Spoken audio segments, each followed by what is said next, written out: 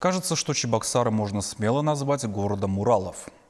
Граффити чувашских мастеров уже вовсю красуются на Московской набережной, а также возле торгового центра «Каскад». В скором времени новый мурал появится и на доме номер 8 по Московскому проспекту.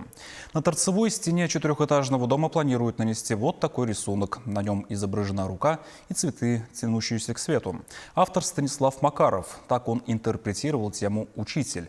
Его работа стала победителем отборочного этапа фестиваля «Форм-арт».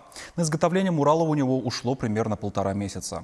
Тем временем в разных районах Чебоксар горожане уже сейчас могут заметить преобразившиеся хозпостройки. Над ними колдует Юлия Прокопьева. В прошлом году она выиграла республиканский грант на воплощение своего проекта «Чебоксары. Добавь света».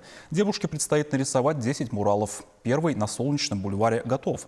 Сейчас художница трудится над вторым этномуралом. Образ старца можно заметить недалеко от остановки Гастелло. Что самое интересное, каждый прохожий может нести свой небольшой вклад в создание муралов. Автор будет рада помощникам.